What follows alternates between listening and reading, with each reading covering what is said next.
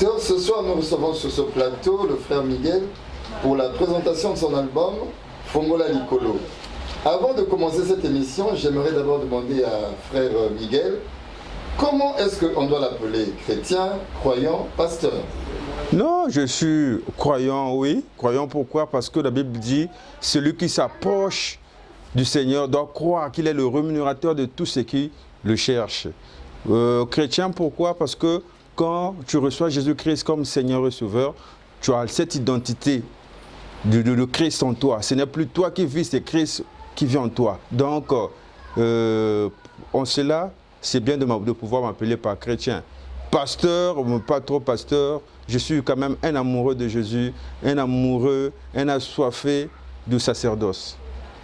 Merci. Donc, on va dire frère Miguel, donc vous vous présentez comme étant un chrétien, croyant, parce que vous croyez à la Bible, oui, c'est bien ça. Donc, sur ce plateau, nous vous avons reçu simplement pour discuter avec vous, essayer de parler de votre album. Merci. Mais avant tout, nous constatons que derrière vous, il y a un petit studio. Je voulais savoir pourquoi vous avez choisi votre maison pour faire ce studio. Ouais, le studio, fait, comme le Seigneur avait dit à Abraham, il dit à Abraham, quitte le pays de tes parents, quitte la patrie, là où tes parents, là où tes siens vivent, va-t'en, là où je t'enverrai. Abraham avait accepté l'instruction. Les sœurs et moi, nous étions à un studio de la place dont j'étais le nom. Mais on a constaté un problème, il y avait l'odeur du chanvre dans ce studio-là. Vous savez, la Bible dit, la lumière et le ténèbre ne régneront jamais ensemble. C'est la raison qui a fait que nous puissions travailler ici à la maison pour garder cette idéologie chrétienne. Vous allez comprendre avec moi, la musique chrétienne de Brazzassi n'a pas encore atteint son paroxysme parce qu'il y a trop de mélange. Nous, on a voulu garder l'instruction dont le Seigneur nous a donnée. Cette idée de faire votre studio à la maison, vous n'avez pas peur de ne pas ressentir le vrai son qu'on doit écouter dans un album? Parce que on peut penser que les conditions ne sont pas réunies pour se retrouver comme ailleurs dans des studios performants. Non, monsieur le journaliste, ce qui est vraiment plus important, c'est faire la volonté du Seigneur. La Bible dit, la joie de l'Éternel, c'est ma force. Quand tu fais la joie de l'Éternel, quand l'Éternel trouve la joie dans ce que tu fais, c'est une bénédiction. Moi, en fait, je n'ai pas voulu le faire pour satisfaire peut-être ma sentimentalité. J'ai voulu le faire pour obéir à ce que l'Éternel m'a dit. Oui, frère Miguel, merci beaucoup pour vos réponses. Alors, d'où est venue l'idée de faire le studio? Qu'est-ce qui vous a poussé de faire cet album?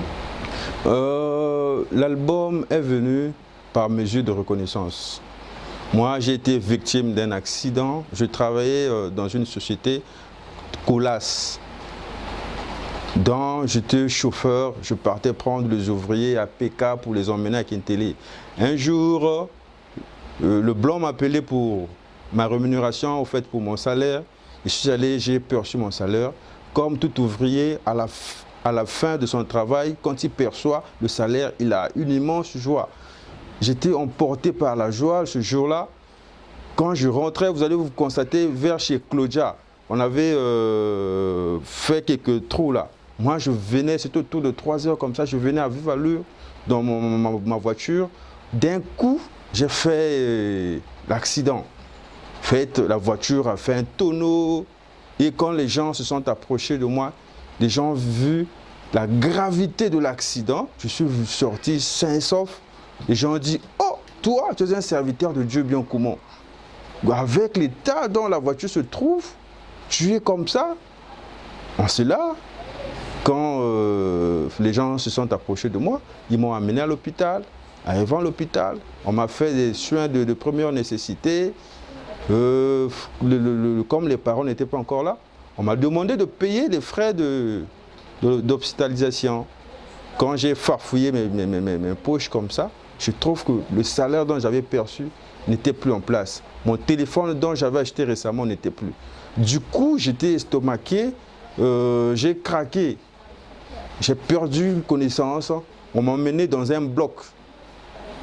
Dans un bloc où là-bas, je ne savais absolument rien.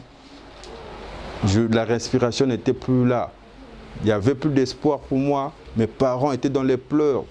Les pasteurs ne pouvaient pas fouler leurs pieds dans ce bloc-là parce que c'était strictement interdit aux gens d'y entrer. Mais moi, j'avais tourné mes regards vers l'Éternel. C'est comme s'il y avait le noir. Je ne voyais absolument rien. Mais j'avais toujours confiance en mon Dieu. Après 4 jours, j'ai repris ma vie initiale. On m'a fait sortir du bloc. Je suis sorti. J'ai vu comment mes parents étaient en train de pleurer. J'ai vu papa, j'ai vu maman.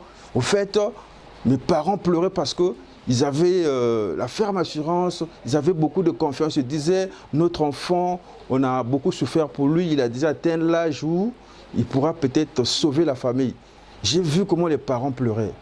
Moi, de mon côté, je ne pouvais plus pleurer. J'ai adressé une prière à Dieu. Je dis, Nzambe, fongola likolobi, kamwa salama to mona ke moto tato la kayo zali Nzambe. Quand j'ai adressé cette prière, du coup, systématiquement, ma vie a changé. Par cette occasion, je veux au moins dire à quelqu'un, toi peut-être, tu te trouves dans cette situation. Toi peut-être, pour moi, c'était l'accident. Chez toi peut-être, c'est un problème de boulot, un problème de mariage, un problème quelconque. Que